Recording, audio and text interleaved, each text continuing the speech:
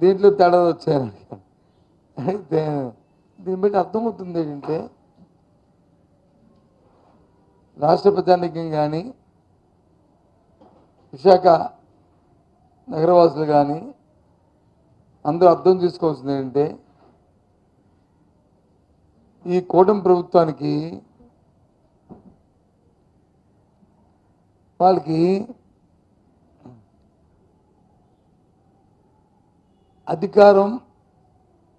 అధికారంతో పాటు దోచుకోవడం ఈ రెండు వాళ్ళకి అవసరం. ప్రజల తాలూకా మంచి పరిపాలన చేయాలి చూడాలి అనే ఆలోచన లేదనిపిస్తుంది. అది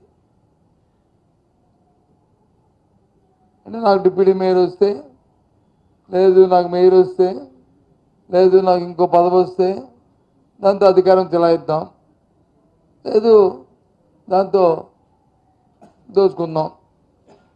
దేనికోసమైనా ఎదుగుతాం. సరే, నిజంగా ఆ పార్టీకి తెచ్చుతుంటే, ఆ కూటమి పార్టీలకి కానీ తెచ్చుతుంటే ఎవరికి ఇచ్చుకోండి, మాకు అనవసరం సబ్జెక్టు, మాకు సంబంధమైన అంశం. కానీ పార్టీలో ఇదేంటి ఎవరు నవ్విపోతారు. సుమారు 63 మంది కార్పొరేటర్లు ఉంటే దగ్గర 20 మంది కార్పొరేటర్లు వచ్చి డమ్మా కొట్టిస్తారు. అంటే పార్టీకి పట్టలేదు, ఎంతసేపు సింగిల్ పాయింట్ ఎజెండా అనేది అర్థమవుతుంది. కాబట్టి చాలా దురదృష్టకరం. ఇవాళ విశాఖపట్నం కార్పొరేషన్ సంబంధించిన ఎన్నికల్లో జరిగిన పరిణామం. దీన్ని బట్టి నేను మళ్ళీ చెప్తున్నాను, ఈ కూటమి ప్రభుత్వానికి అధికారమే ముఖ్యం తప్ప అది ప్రలోభపెట్టుకుని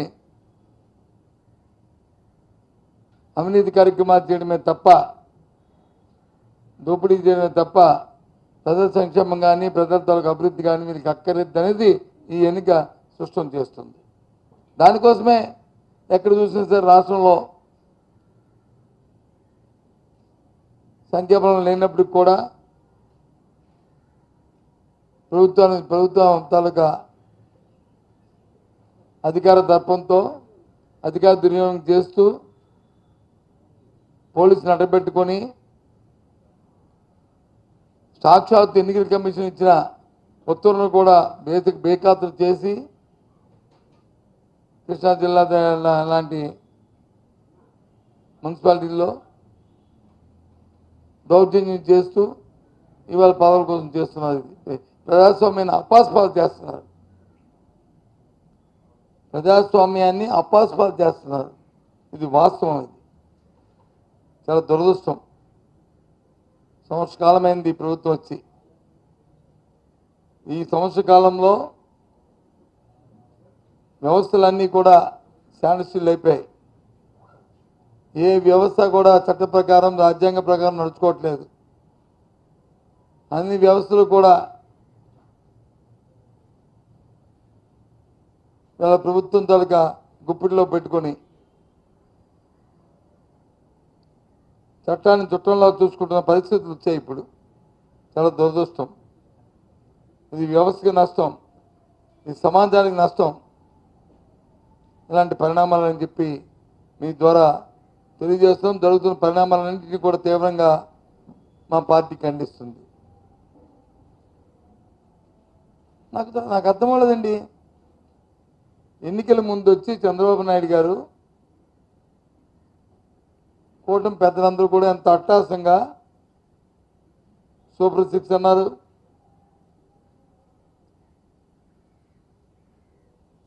ముఖ్య అని చెప్పి ఓట్లు అడిగారు. చంద్రబాబు నాయుడు గారు ఎప్పుడు అధికారంలోకి వచ్చినా ముందు మోసపోయేది నష్టపోయేది ఎవరంటే మా అక్క చెల్లెమ్మలు, మా తల్లులు, మహిళలు. నేను వాళ్ళని సునాయాసంగా వాళ్ళని మోసం చేయడానికి అవకాశం ఉంటుంది. వాళ్ళకి ఏదో భ్రమలు కల్పించి, వాళ్ళకి ఏదో ఆశ కల్పించి, తర్వాత వచ్చి వాళ్ళ చేతిలో వైద్యుడిని చూపెట్టేసి ఏదో మాయమాలు చెప్పేసి సరిపోద్దనే రీతిలో చంద్రబాబు నాయుడు గారు కూటమి పెద్దలు ఆ మహిళ తాలూకా ఆ సోదరిమణి తాలూకా పల్స్ని పట్టేశారు. అమ్మ ఆలోచన చేయండి. అంతకుముందు ప్రభుత్వాలు ఉన్నప్పుడు వచ్చి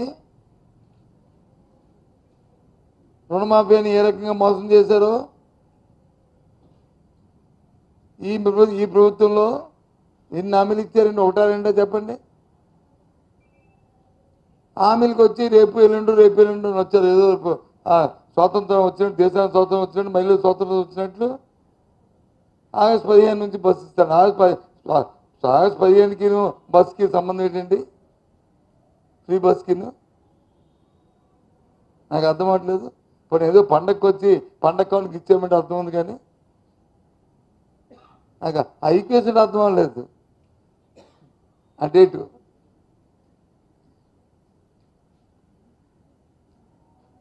ఇంకా సరే అమ్మఒడి, తల్లికి వందనం, ఇంకప్పుడు ఏదో స్కూల్ తిరిగి ఇస్తానని అంటున్నారు. ఇంతకుముందు ఒక సంవత్సరం అయిపోయింది, పాత అయిపోయింది, ఇంకో సంవత్సరం అయిపోయింది, ఇప్పుడు 2 సంవత్సరాలు అప్పుడే గుల్కాకి అయిపోయింది. ఏమి ఇస్తారేమో చూడాలి. ఆ బస్సు కూడా ఇంకా దానికి విధి విధానాలు కూడా ఇంకా చూడలే. వస్తాయి రాదో, ఇంకా ఆగస్టు 15 కదా, ఇంకా 2 నెలలు ఉంది కాబట్టి ఇంకా దాని సంగతి చూద్దాం. ఇవ్వాలని కోరుతున్నాం, మేము డిమాండ్ చేస్తున్నాం. ఇవన్నిటికంట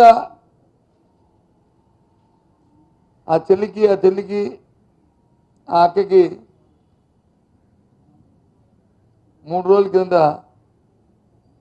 ముఖ్యమంత్రి గారు ఒక సమావేశం మాట్లాడుతూ ఒక జలక్కిచ్చారు. ఏ రకంగా వాళ్ళకి ఎంత ధైర్యంగా మోసం చేయడానికి ప్రయత్నం చేసిన మాట ఏం చెప్పారంటే, ఏదైతే ఆడబిడ్డ నిధి అని ఎన్నికల్లో మాట ఇచ్చారో ప్రతి మహిళ 18,000 నిండిన చెల్లికి 59 సంవత్సరాలు ఉన్న మహిళ లోపల నెలకి 1,500 రూపాయలు ఇస్తానని చెప్పారు. ఆడబిడ్డ నిధి మొన్న 3 రోజుల కింద ఏమంటారు,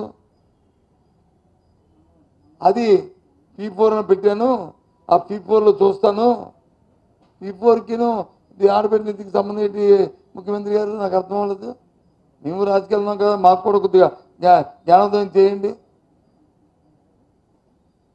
P4కి ఆడబిడ్డ నిధికి నెలకి 1,500 మీరు ఇస్తానన్నా,